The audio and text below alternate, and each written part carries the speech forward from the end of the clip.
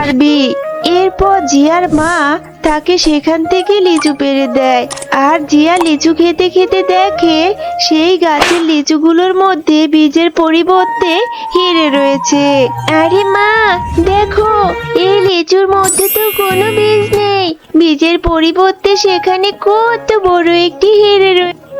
জিয়া, আমি বাঘিনী মামিদের বাড়িতে কাজে যাব, তুই কিন্তু আবার কোথাও যাস না মা, আমি তাড়াতাড়ি ফিরে আসব। আচ্ছা, ঠিক আছে মা, তুমি তাহলে যাও। আর বাড়িতে ফেরার সময় আমার জন্য লিচু নিয়ে এসো, বাজারে অনেক লিচু উঠেছে, কত মজা। আমার না লিচু খেতে খুব ইচ্ছে করে মা। না রে মা, এখন যে আমার হাতে টাকা নেই, মাস শেষে যখন আমি বেতনটা পাবো, বেতন পাওয়ার সাথে সাথেই তোকে লিচু কিনে খাওয়াবো রে মা, এখন আমি কিনে দিতে পারবো না। এখন তুই থাক রে মা, আমি কাজে যাচ্ছি।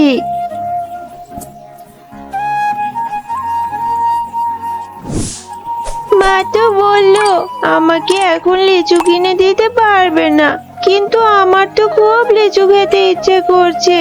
আচ্ছা, এখন আমি টিনাদের বাড়িতে যাই, ওদের বাড়িতে তো অনেক লিচু আছে, আমি ওর সাথে একটু খেলা করে গিয়ে, আর যদি ওর মা আমাকে একটা লিচু খেতে দেয় তাহলে আমি খেতেও পারবো।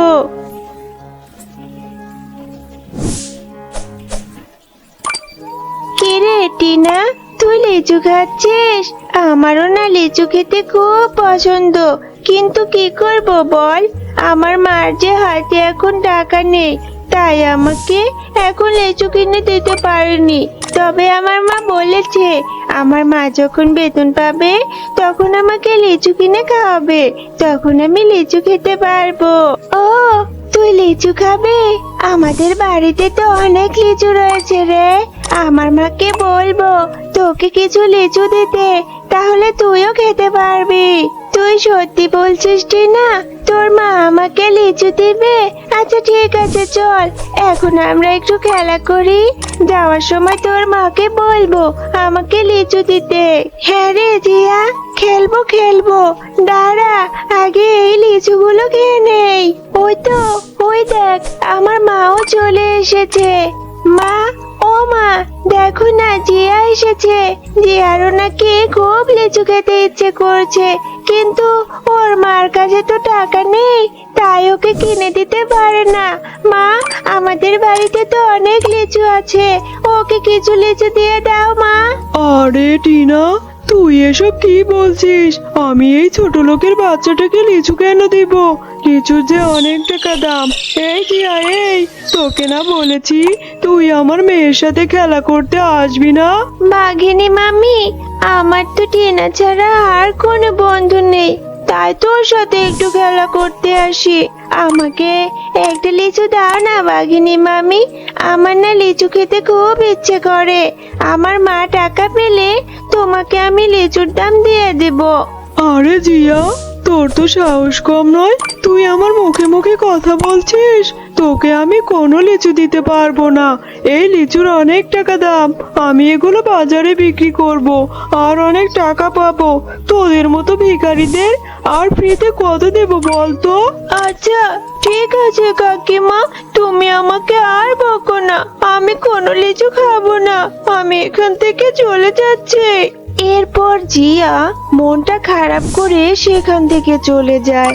আর রাস্তায় হাঁটতে হাঁটতে তার সাথে এক বৃদ্ধা শিয়ালিনীর দেখা হয়ে যায়। ও দিদি ভাই, এত মনটা খারাপ করে কোথায় যাচ্ছ তুমি? বুড়িমা, আমার না খুব লিচু খেতে ইচ্ছে করছে, আর বাজারে কত লিচু উঠেছে, কিন্তু আমার মায়ের কাছে যে এখন টাকা নেই, তাই আমার মা আমাকে লিচু কিনে দেয়নি। আর বাঘিনী মামির কাছে লিচু খেতে চাইলাম, আমাকে কোনোই লিচু দিল না, আরো কত কথা শুনিয়ে দিল। কিন্তু বুড়িমা, তুমি এখানে কেন বসে আছো? ও, তুমি তুমি লিচু খেতে চেয়েছিলে, এই জন্য তোমার মন খারাপ। আমারও যে ভীষণ খিদে পেয়েছে গো দিদি ভাই। আমি 2 দিন যাবত কিছুই খাইনি। এখন যে আমার একটুও শক্তি নেই, আমি যে হাঁটতেও পারছি না খিদের জ্বালায়। তাই তো এখানে বসে আছি গো দিদি ভাই। ও, তোমার অনেক খিদে পেয়েছে? তাহলে তুমি আমার সাথে আমাদের বাড়িতে চলো। আমার মা সকালে অনেক ভাত রান্না করে গেছে, তোমাকে সেখান থেকে খাবার দেব। দিদি ভাই, তোমার মা কোথায় গিয়েছে? তোমার মাকে তো দেখতে পাচ্ছি না। তুমি তো বাচ্চা মানুষ, তুমি আমাকে খেতে দিলে তোমার মা যে তোমাকে বকবে। আমার মা তো শহরে কাজ করে, আমার মা সেখানেই কাজ করতে গেছে। আর আমার মা আমাকে একদম বকবে না। তুমি এখানে একটু বসো, আমি তোমার জন্য এক্ষুনি ভাত নিয়ে আসছি। বুড়িমা, তোমার জন্য আমি ঘর থেকে ভাত নিয়ে এসেছি, তুমি তাড়াতাড়ি খেয়ে নাও। তোমার তো অনেক ক্ষুধা পেয়েছে। এরপর খেয়ে দিয়ে তুমি আমাদের সঙ্গে আজ থেকে যেও। দিদি ভাই, পেটটা ভরে ভাত খেলাম, কিন্তু তোমাকে আমি কি দেব? আমার কাছে যে তেমন কিছুই নেই। আমার থলেতে এই বীজটাই ছিল, তুমি এই বীজটা নিয়ে যাও, এরপরে রোপণ করে দিও। এই গাছে অনেক লিচু হবে, তুমি সেই লিচুগুলো খেতে পারবে। বুড়িমা, তুমি আমাকে লিচুর বীজ দিলে, কিন্তু এই লিচুর বীজ থেকে গাছ হয়ে লিচু ধরতে তো অনেক সময় লাগবে। কিন্তু আমার তো এখনই লিচু খেতে ইচ্ছে করছে, তখন তো আর লিচু খেতে ইচ্ছে করবে না। না গো দিদি ভাই, এই গাছ থেকে যে বীজ হবে সেই গাছে লিচু ধরতে অনেক সময় লাগবে না। তুমি এই গাছ থেকে কালই লিচু খেতে পারবে। দিদি ভাই, এখন আমি আসি তাহলে। এরপর জিয়া সেই ভিক্ষুক বুড়িমায়ের দেওয়া বীজটি তাদের উঠোনে রোপণ করে দেয়। এই জিয়া, এই সেই কখন থেকে বসে বসে কি যেন ভেবেই চলেছিস। কত রাত হয়ে গেছে, আর কখন ঘুমাবি? ঘুমিয়ে পড়তো। মা, আমার তো ঘুমই পাচ্ছে না। আমার মনে হচ্ছে কখন সকাল হবে। জানো মা, আজকে একটা ভিক্ষুক বুড়িমা আমাকে একটা লিচুর বীজ দিয়েছে, আর বলেছে সেই বীজ থেকে যে গাছ হবে সেই গাছ থেকে আমি কালকেই লিচু খেতে পারবো। এই মেয়েটাকে নিয়ে আর পারি না বাবা। কোথা থেকে না কোথা থেকে কোন ভিক্ষুক এসে ওকে কিসের না কিসের বীজ দিয়ে গেছে, সেই বীজ থেকেই নাকি কাল আবার লিচুও ধরবে। তোর এই কথাগুলো আমার একদম ভালো লাগছে না রে জিয়া।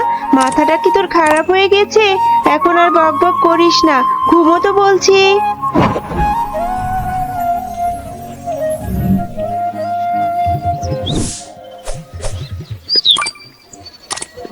আরে, জিয়া তো ঠিকই বলেছিল, সেই বীজ থেকে কত বড় একটি লিচুর গাছ হয়েছে, আর সেই গাছে কত লিচু ধরে আছে।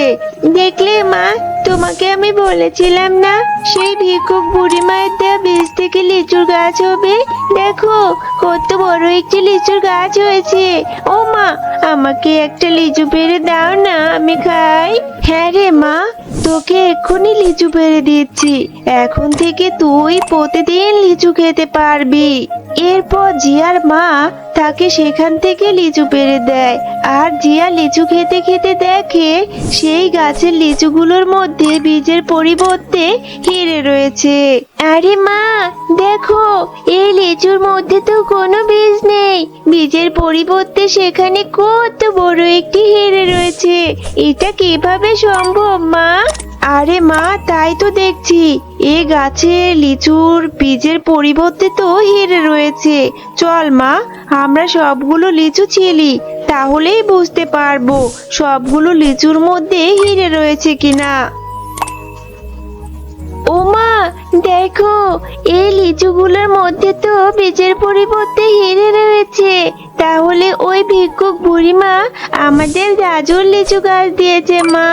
হ্যাঁ রে মা, তাই তো দেখছি। এই লিচুগুলোর মধ্যে তো দেখছি হিরে, কিন্তু আমরা এত হিরে দিয়ে কি করব? আমাদের বনে তো কত অভাবী দরিদ্র পশু রয়েছে, আমরা তাদের এই লিচুগুলো দিয়ে দেব। তারা লিচুগুলো খেয়ে যে হিরোগুলো পাবে তা দিয়ে তাদের অভাব দূর করতে পারবে। যা রে মা, এখন সবাইকে গিয়ে এই লিচুগুলো দিয়ে আয়। এরপর জিয়া সেই লিচুগুলো তাদের বনের অভাবী দরিদ্র পশুদের মধ্যে বিতরণ করে দেয়। তারা সেই লিচু পেয়ে অনেক খুশি হয়ে যায় এবং লিচুর মধ্যে যে হিরোগুলো পায় সেগুলো দিয়ে তাদের জীবন সুখে শান্তিতে পার হতে থাকে।